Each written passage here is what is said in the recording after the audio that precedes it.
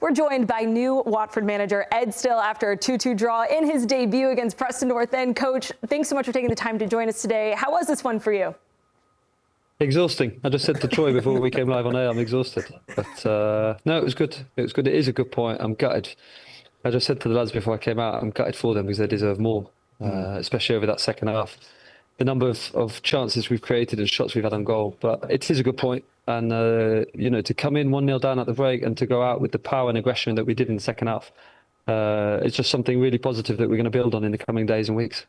Ed, in the short space of time that you've been there and working with the players, what have you seen in the direction that you'd like to take this squad of players to? Exactly that. The speed and dynamic power that we've got in the squad is fantastic. And I knew it from the outside. I'd spent a lot of time watching it and looking into it. But then when you turn up on the training field and you feel it live, it's fantastic. And I don't yet think that the squad realises how good they are. So it's just building on that and to feed off what we've done here.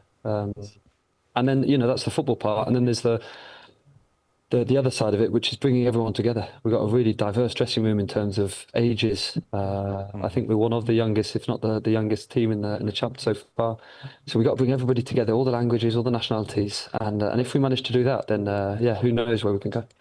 Ed, obviously, I know you're not naive to know that the club you've joined, obviously, in Watford and the history that they have with managers. How much pressure are you putting under yourself? How much pressure do you feel that you're under? The pressure and the expectation of the club and the fans, that's it. I've just got a duty to give them absolutely everything, to work our socks off, all of us, myself, but the staff as well, that will put everything in and give everything to the players, because it isn't about me. And if we do that, and if the players can feed off that and put in performances like we did here in the second half, then I just think the fans will be grateful for that. And so that is the only pressure. The rest doesn't matter. Yeah, 100%. Ed, I was talking before. This squad has got the capability, right, and you can see it when you talk about the pace, the power. It's just that consistency, we would say, from the outside looking in, right? How do you get that? Because everyone's been trying to do it on the training pitch. It feels to me probably more of a football issue now. The leaders, that group that pull you through, when you get one performance in the first half and then you get a great performance in the second half, how do you try and work towards that consistent level? Yeah, I mean, feeding off the more experienced players for a start. When you look at our midfield triangle today with Imran, with Papi Mendy and with Edo Kayembe, that's a really good heart. And then we've got to start with that. But the young players have got to learn quickly. I don't accept that young players have an excuse. Oh, we're not experienced. Oh, they're young. It doesn't matter if they're good enough. Look at our left back today, Steph, who's just turned 18. Nobody cares once we kick off. Nobody cares if he's young or not. So it's one of our big jobs is to get that across to the players, and it's on the training field, but it's also in individual talks or group talks, and then all the video meetings that we've got to make sure that we learn and we learn quickly. Because I'd hate to be sat here at the end of the season and then thinking, we are young and we've lacked experience. So just let's get on with it. Yeah, 100%. I love that message. Your wide players for me, Maamma and then obviously Baah, Quadra Baah's been there a while now, hasn't he? We really see the potential he's got. How do we get to see them consistently perform in the way that you did? We see the talent. For me, they've got the capability of playing in the Premier League. They can win you this league and get you in the playoffs, obviously. How do you get that out of them consistently? And that's probably the £30 million question, right, for every single one of those players. They are definitely £30 million players if they deliver. Yeah, it's up to them as well. I mean, I hope they felt in the past week just, the support, the love and the demands that we're going to put on them. And we've got 22 players, but we've got 22 really good players. And if they're not up to it and if they don't fancy it or not going to do it, then, we've got Ivan Kunda coming back next week as well. Tom Ince didn't get on the pitch today and he's trained unbelievably all week. Mamadou Doumbia was just walking past me here. He deserves to start. So it will just be up to those who really want it and really want to push on. And I believe that they do. I think that Quadra Baah and Otman Maamma do want it. So, just for us to push them in that right direction. Well, enough of them.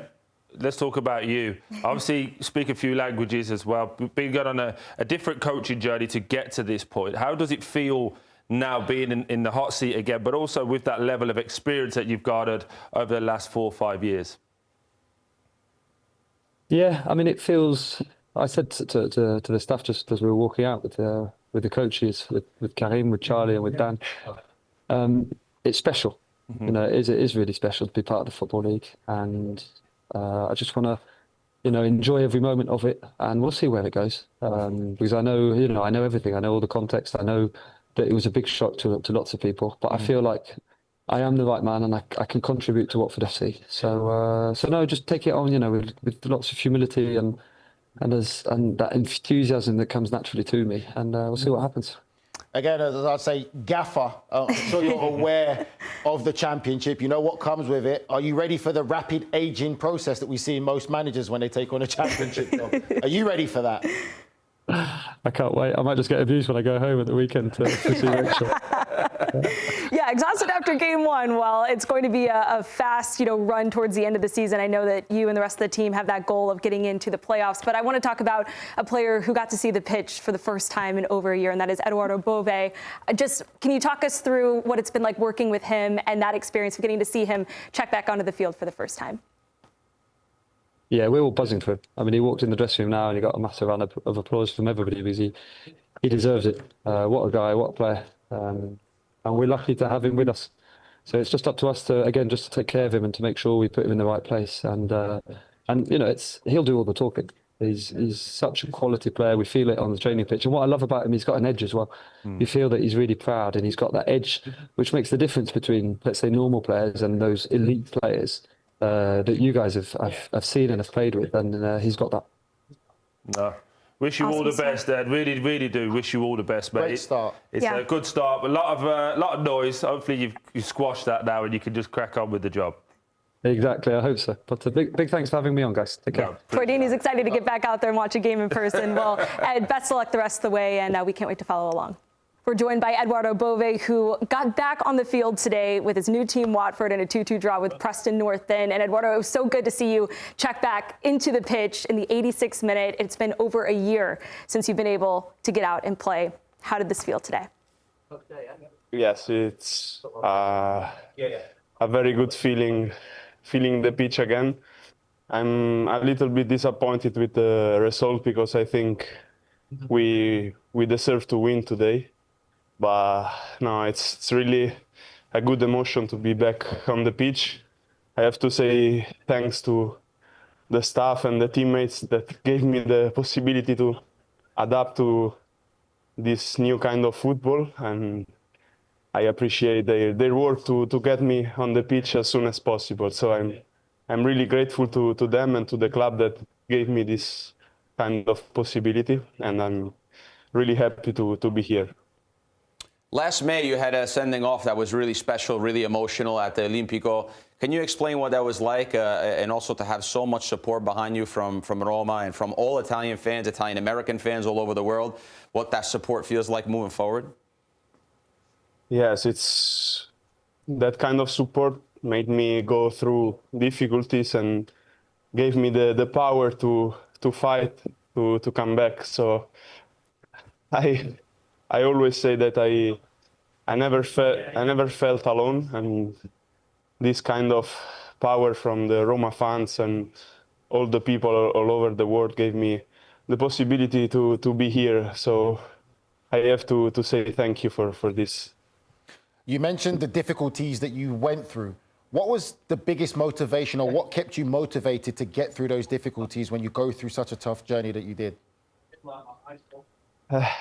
The first period, I have to be honest, I didn't watch football because I was a little bit disappointed. Even seeing kids playing with the ball was making me like feel a little bit angry. But after I started to watch games, to watch my ex-teammates, my friends playing, even one of my best friends, Flavio Cobolli, he plays tennis, and watch them go through difficulties made me think you can do it, and it made me start to fight to come back again.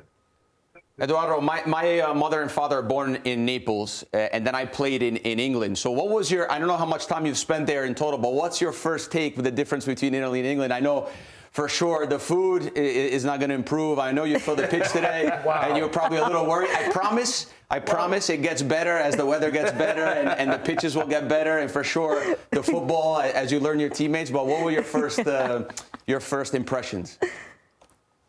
Yes, the food was different. I have to be honest again. But now I'm getting used to it. Even the owner here of the club is Italian, so the kitchen is really good at the club, and it's really important. The weather is not a problem for me. I really like to be here because there is a different culture about football. You see how the training center are organized, and it's different level. So it feels unbelievable to be here, and we have everything to work to and to play football the best way possible. So I'm really grateful to be here in England. And my girlfriend studied 3 years in London, so I've been in this city a lot of times, and I know it. My quick question is, what is your best English food or your favorite English food so far? Porridge for sure. Yeah, porridge. Hey, but Bove, I just wanted to talk. I've heard a lot about you in the training facility already. Very enthusiastic, a great personality to be around.